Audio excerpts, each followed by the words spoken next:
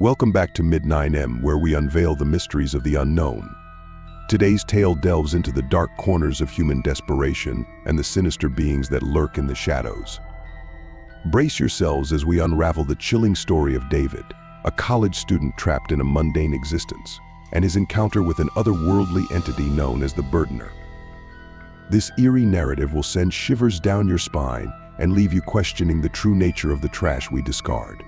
Let the haunting journey begin. David sat at his computer looking over his work for the day.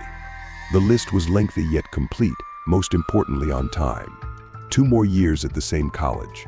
2 more years in his cold, barely insulated house. Only 2 more years. He turned his chair. Looking down near the desk was the small trash can filled to the brim with trash from the week. Moving away from the desk, he went over to a shelf. Pulling on the box of trash bags, he returned to empty the heap that was soon to attract all sorts of creatures. Opening the door on the side of the house, he looked over to the large, green trash can at the end of the short driveway. He stepped out, his boots hitting the inch of snow with a crunch, the sound echoing between the walls of his house and the neighbors. He slowly made his way to the can as the wind bounced between the 2 houses. David opened the can. Holding his face away, he dropped the bag into the plastic bin. He closed the lid and turned around to stare down the road at one of his neighbor's houses. It was Mr. Crawfield's, a 40-year-old janitor. David and Mr. Crawfield had never gotten along. David assuming that it is Crawfield that sneaks around his house, taking anything he could find outside or even on his porch. To David, Mr. Crawfield and his family were nothing but a waste of life, holding a joke with his friends that Mr. Crawfield works with his true family, the world's trash. David moved down to the door on the side of the house. He felt his phone vibrate, breaking the silent howls of the wind. He opened the door with one frozen hand while the other was attempting to pull the phone out of his pocket. Closing the door, he looked down at the phone. It was his assigned partner, Will. Looking at the message, his heart nearly dropped. Dave, it's nearly 6. You said you would be here to help practice the presentation for next week. He had forgotten about that project entirely. The message felt like a kick in the gut. David grabbed his coat and bag. Opening the front door, he started to head to his car, just as the snow began to fall onto the windshield. It wasn't a long drive to Will's house. The old car David would no doubt have to take to the mechanic once a month somehow made the trip without breaking down. He pulled up to Will's house, a nice-looking 2-story house painted white with a blue trim. The snow started to fall even heavier as he ran up to the door and knocked. It didn't take long for Will to open the door. Dude, you forget again? We have 1 week left, and even then less time to actually get it right. Will moved out of the way as David entered the house. Can you stop badgering me for once? I told you the project isn't that important. Not that important.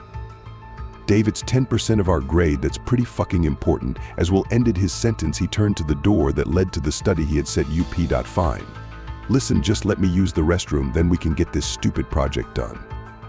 After that, we can forget we ever met each other. Will looked at David, but holding his breath, and with a sigh, he quietly walked into the study and shut the door. The wind could be heard hitting the walls of the house as David took himself up the stairs to the bathroom. It was when he got to the top, he heard the faint sound of scratching above him. Will had always said it was either rats or bats, one of the two. David had never questioned that assumption, considering he had his own problems with rodents. He moved to the bathroom door when something caught his attention. The door to Will's room was wide open. He looked in just for a second, then made a double take as he saw what looked like a ladder leading up to the attic in the middle of the room. David had seen every corner of Will's house, but never the attic. David soon got an idea. Maybe he could see what Will has that he could pocket up there. Will wouldn't even notice it was missing. David moved his way into the room and quickly moved up the ladder, poking his head into the room. He couldn't even make out the shape of the walls. He quickly pulled out his phone, activating the light on it as he stepped up into the darkness. He circled around. The attic was cluttered with old items that must have sat in dust for centuries. He moved his way around, trying to be as quiet as possible. It was then he noticed something off. The floor was covered in trash, wrappers, pieces of garbage bags, and other things that didn't seem to fit. David, however, saw what he was looking for. a large dresser that must have something inside it. He made his way over quickly before he felt his foot kick over something. It was hard and had an odd shape. He stopped himself from falling over as he turned to see what he had tripped over. He stopped. He stood staring at the floor when his blood ran cold. It was the skull of a dog, picked clean of any flesh and hair. There were dents and holes on the top of the skull, where something looked like it was drilled through. David took a step back as he heard the skittering across the walls.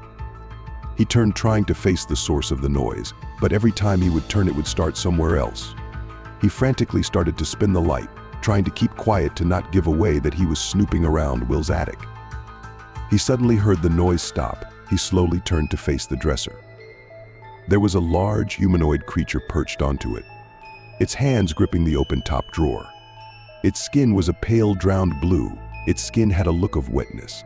Its feet were long and arched, its legs positioned like a cat ready to strike. Its arms had small, hard-looking bumps peeking out from beneath the skin. Its chest was thin. Under the ribs were two small arms with 3 fingers, constantly moving and swinging. 2 sets of bat-like wings were spread behind the creature. There were 2 small stalks beaming from its face, the end of which held black, empty spheres. The stalks jerked around as the creature met David's stare. Its mouth opened slowly. The teeth seemed human, but were chipped. The gums looked diseased and bloody. The tongue was thin and round, almost sharpened to a point.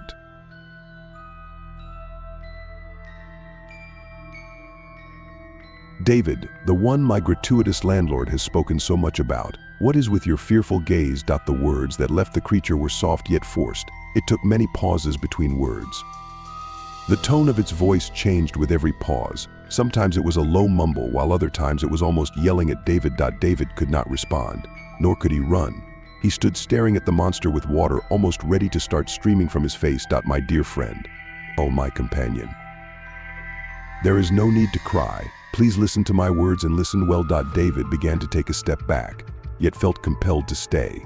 Whatever this thing was, if it wanted him dead, he would have been attacked from the darkness. Whatever this thing was, it didn't want to kill him. Not yet. This is not my first time introducing myself, nor will it be the last. Please sit down, calm your nerves. What the fuck are you? Always the first thing that comes out of the mouths of the less knowledgeable. And most likely not the last question from you. The creature folded back its wings as it moved into a less threatening pose. I have been called many things over the many years of my coexistence with humans. The old kings would call me Briothan Attend, the Romans Vastum Dolor. I was even given a name by an American in what you call Rhode Island not too long ago. Yet that name is one I like the least. The creature stood up straight, staring down at David. You may call me the Burdener.